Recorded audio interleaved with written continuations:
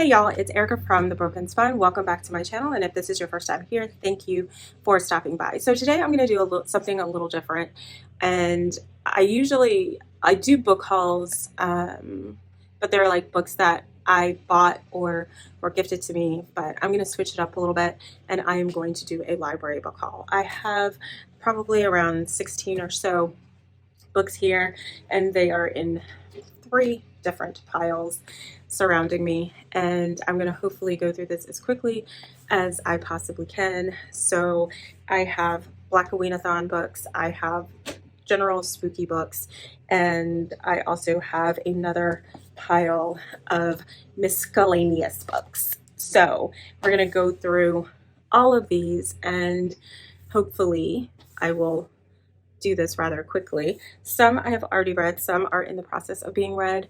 So yeah, let's just hop right on into it. No need to dilly-dally about it. So I'm going to start with the Black Aweenathon pile, but before I do that, let me, if you are unaware of what Black Aweenathon is, it is a readathon that takes place in October, during the entire month of October, and it was created by Bree from Locked Booktition. I will link her channel as well as her announcement video in the description box below. And the reason why Bree created Black Aweenathon is because of her love for Halloween and her love for reading mystery, thriller, crime fiction, horror written by Black authors. So Black Aweenathon again takes place during the month of October, and it is a celebration of reading Black authors that write mystery, thriller, crime fiction, and horror. So if you are participating in Black Aweenathon, I hope that you are enjoying your reads, and if you are not participating, you can still do that. I do have, and I will link in the description box below, if you are having a hard time kind of figuring out what to read for Black Aweenathon, I do have some recommendations for you, but maybe you'll get some here too out of the books that I have. So starting with Black Aweenathon, I'm going to start with the comics that I have. The first one is Victor LaValle's Destroyer, and the illustrator is Dietrich Smith. So I have already read this, and I did enjoy it. I didn't love it, but I did enjoy it. So this follows the last surviving relative of Victor Frankenstein, and her name is Dr. Baker. Her son was killed by police. He was a teenager, killed by police, and she is working, she's a scientist, she's working on nanotechnology and trying to create, I forgot what it was, something, but each test failed, and she kind of figured out that she needed like living tissue or something like that. And so once her son was killed, she utilized his body for this experiment and to get this technology going. So the monster is alive and well and is intent on destroying anyone that is doing wrong, so to speak. So it opens with some whalers, and he kills some whalers. Not really a spoiler because it happens like within the first couple pages. But so the monster gets wind of what Dr. Baker is doing, and he goes to track her down, and things ensue. So I really enjoyed it.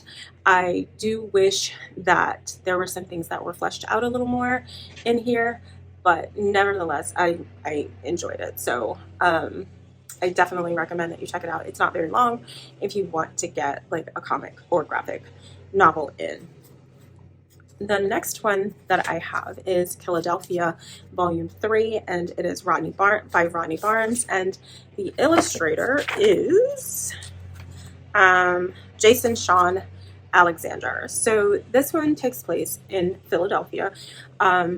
This guy, who is a small town beat cop, comes back to Philadelphia. His name is James or Jimmy, and I can't remember the last name, but Jimmy comes back home to bury his father, who's a beloved Philadelphia police detective. And while he is there, and he's trying to find out what happened to his father. He's going through his father's journals and finds out that there is something going on, and so he starts to investigate that.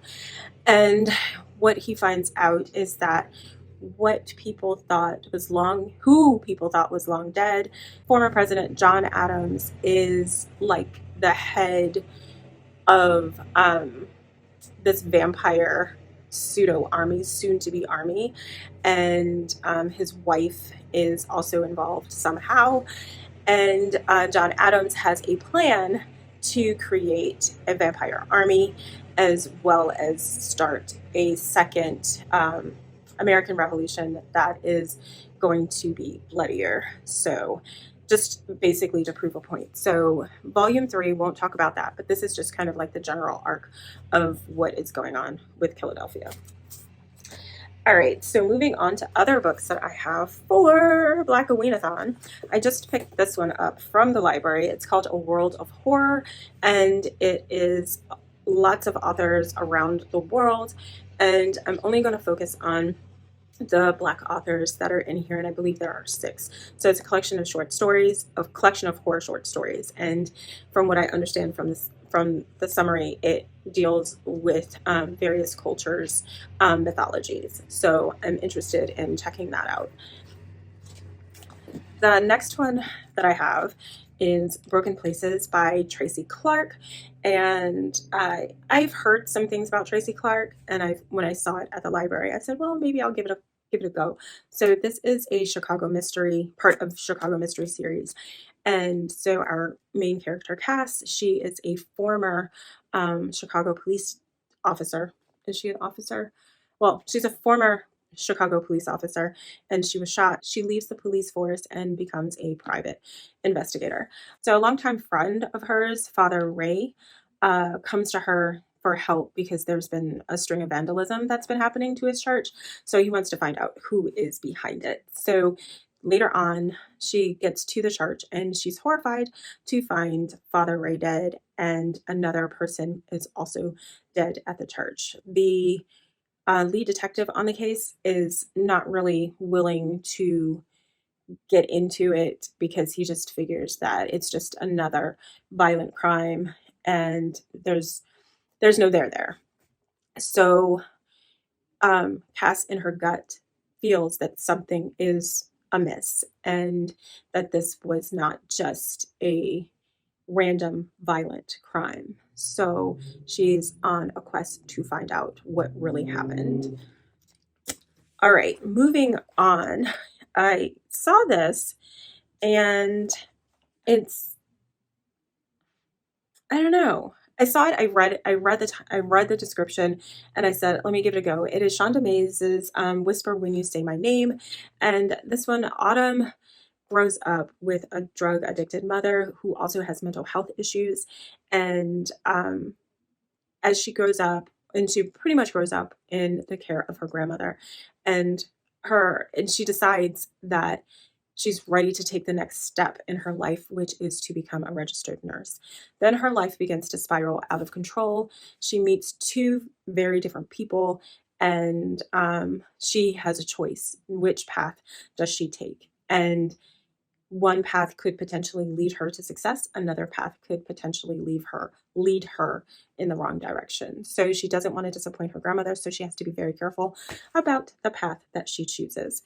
So I'm interested in reading this. This is out of my typical comfort zone of books that I read, so I thought that this would be a good addition to my Black Aweenathon TBR. The next one that I have, I picked it up solely because of the cover. At my library, we have a display that has like spooky stories, horror stories on it. So I was just taking a spin around there, and I came across this cover and I picked it up. When I got into the car and started to inspect it a little more, I was like, oh, it's short stories. Now, I don't have a particularly good track record with reading short story collections. I do like short stories, but for some reason, short story collections just don't like me.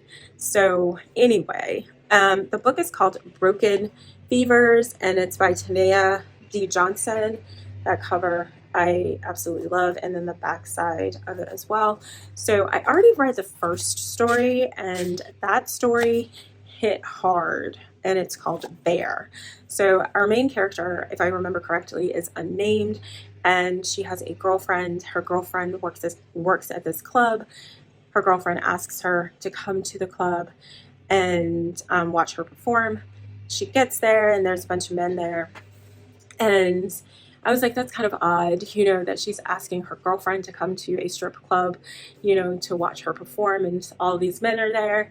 But okay, whatever. And then she gets there and she sees the stage is surrounded by splatter guard. And I was like, okay, that's interesting. So the music comes on, and it just so happens to be the girlfriend who was invited to the show, her favorite song, and she's kind of offended by this. But as it starts, as her girlfriend starts her performance, things start to happen.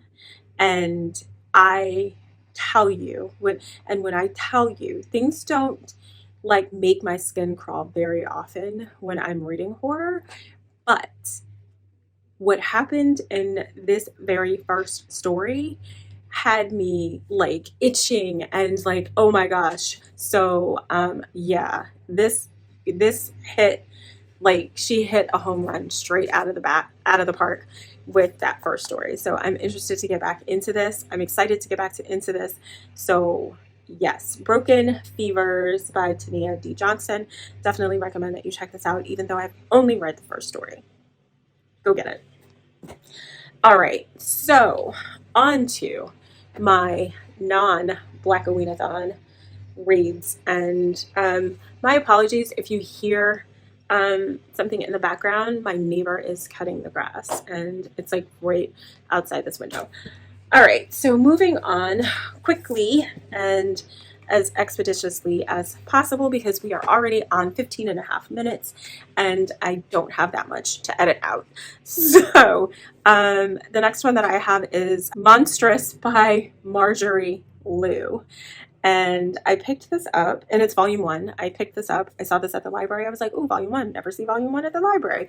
So here it is. And I got it. This is set in alternative 1900s Asia. Our main character, Micah, is trying to unravel some secrets of her past.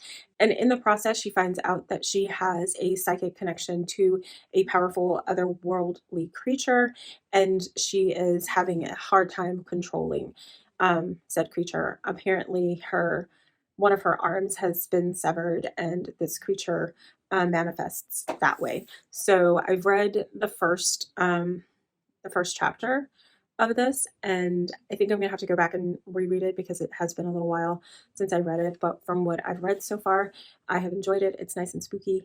And I think, like I said, I think I'm gonna go back and reread the first part before moving on. All right, so the next one that I have is one that I also just picked up from the library, and it is called The Graveyard Apartment by Mariko Koike. I think that's how you pronounce the name. My apologies if it is incorrect, and I'm sure it is. I have been wanting to read this for a couple of years now, and this is the story of a couple that move into a newly built apartment building that is in a graveyard. Literally. So they have a dark secret. People move out of the apartment building, but this couple and their child, they end up staying. And this couple apparently has a dark secret, and there's a possession that is taking place with this apartment. So the longer they stay, the more intense and involved they get with the possession. So yeah, and if you want to read a house possession story for Blackaweenathon, where is it? I recommend, and this is in my recommendations, I'm pretty sure, The Good House by Tanina Reeve Dew. This is a good house possession story by a Black author that you should probably check out. It is a chunky monkey. It's about 500 pages, but definitely check this out.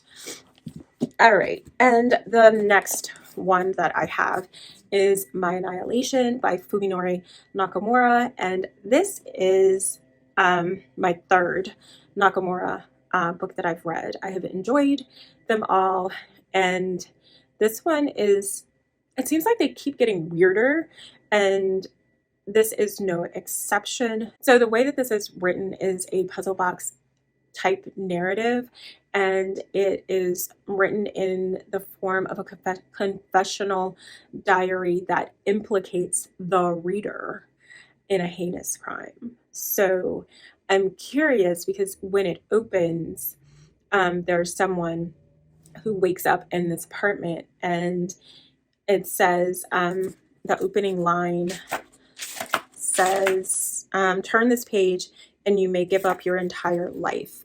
So the person who is in the apartment starts to read this diary, and it's someone else's diary, and he's kind of confused, and he's like assuming it's like he's assuming someone's identity. So it's kind of interesting. But my question is the way that it is billed.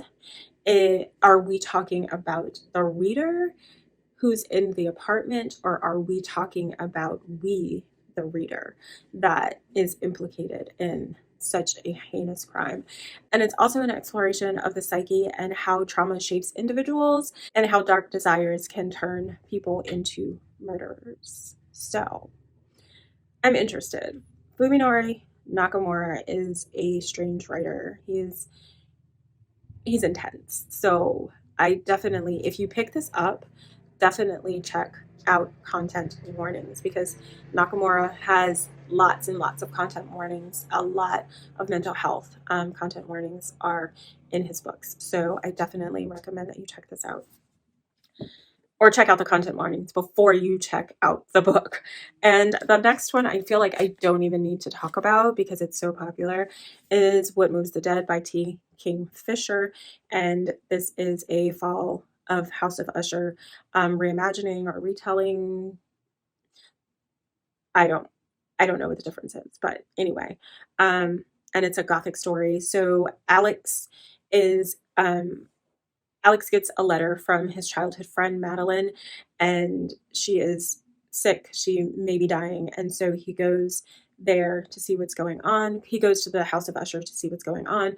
When he gets there, he notices that it's like overrun with wild with foliage and mushrooms and all sorts of things, and so he needs to figure out what's going on before whatever is going on also consumes him.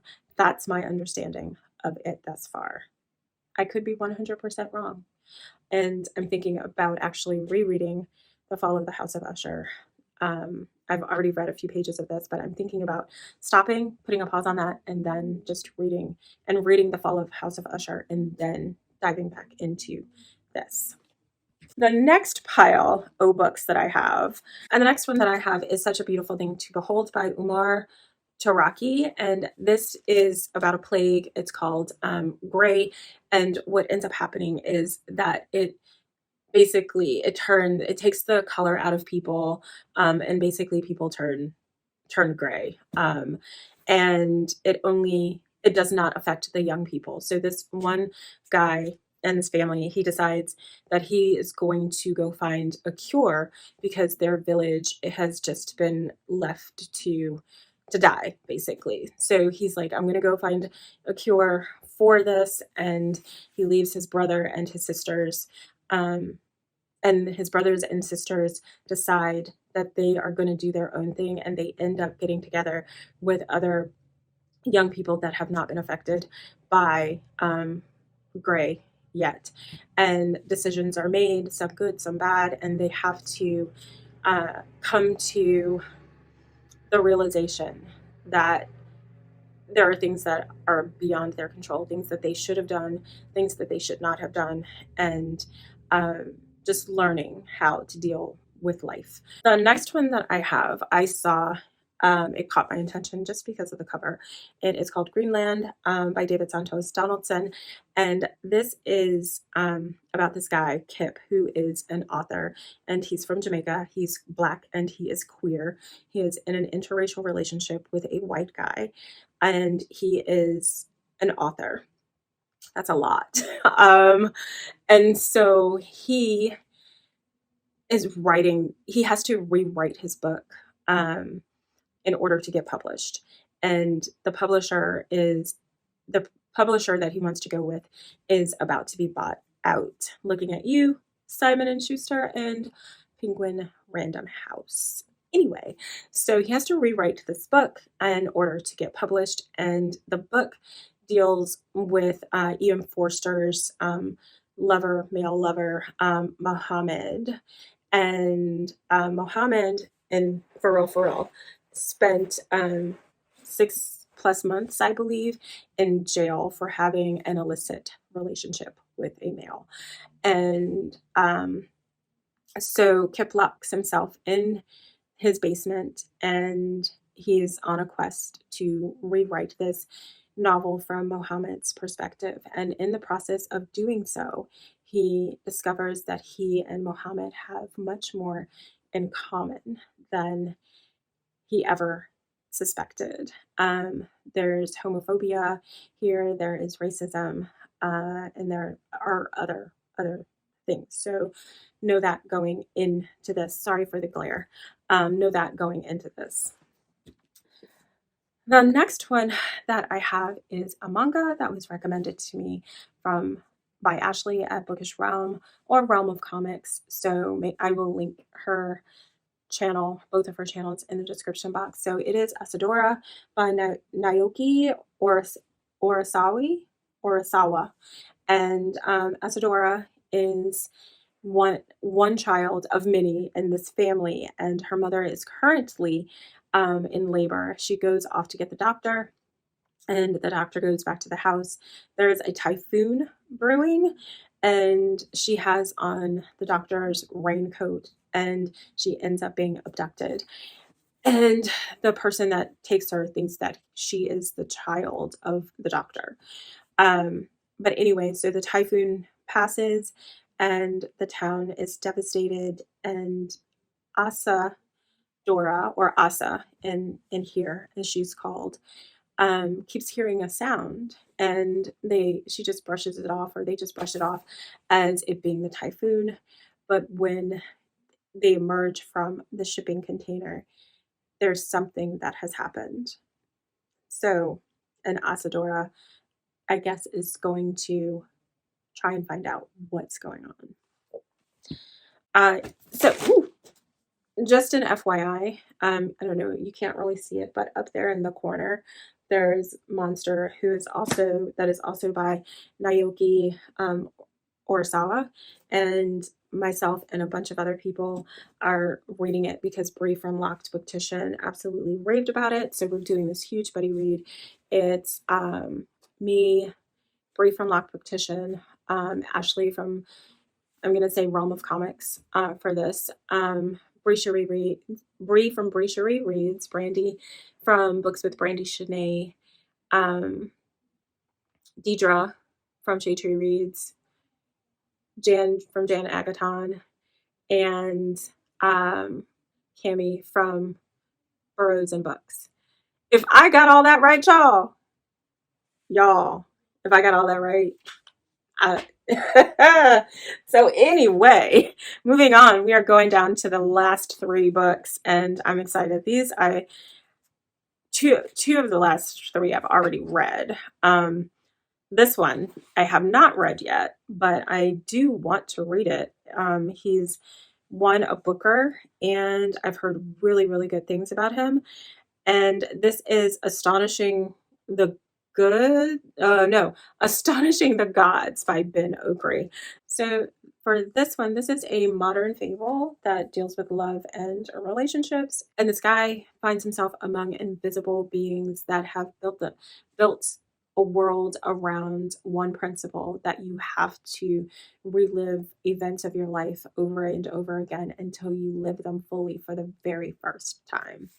And the next two that I have, I absolutely really enjoyed. I've read them, and I've actually gone out since I've read them and bought copies. So the first one that I have is The Four Profound Weaves by R.B. Lindbergh, and this follows two elder transgender characters. One is called The Nameless Man, and he comes back after his change, and he's looking for a particular individual so that he can be named. And then he finds a friend of his, Weesia, and they go on this journey together to find Weezia's aunt, because Weezia wants to learn how to do the last weave, which is weave from death. And in the process of trying to find this out, they enter into this town or this city called ER, and the ruler of ER does not believe in changing one's gender. So he actively does things to prevent people from doing that. And it is 100% very relevant to today. And the very last book is And This Is How to Stay Alive by Shingai Injiri Kagunda. So I saw this at the library, and the cover is what caught my attention. And then I read the summary, and I was like, gonna check it out and see what it's about. And it's only like 160 pages. It just won the Ignite Award for Best Novella. So that was announced in September. So this is about this girl, Nayo Kabi, and her brother dies via suicide. So trigger warning for suicide. And it's a study on grief and what we could have done differently. So Nayokawi is grieving the death of her brother as well as the rest of her family, and she has an eccentric aunt that gives her a potion that allows her to travel back in time. And while she's back in time, she's like trying to save her brother. And this one hit me really hard because it made me think about some decisions I made with my mother when she was sick prior to her passing away. And I often, not often, no, I don't want to say that. In the very beginning, I often thought about if I made different decisions in my mother's healthcare, would she still be here today? And it just things like that. So I 100% get Nyokobi going back and wanting to change things. So just an FYI, this is written with multiple POVs, Nyokobi's, her dead brother, and time is also a character in here. So I definitely recommend that you check this out. This has complex family structure, it does have generational trauma. It has magical realism.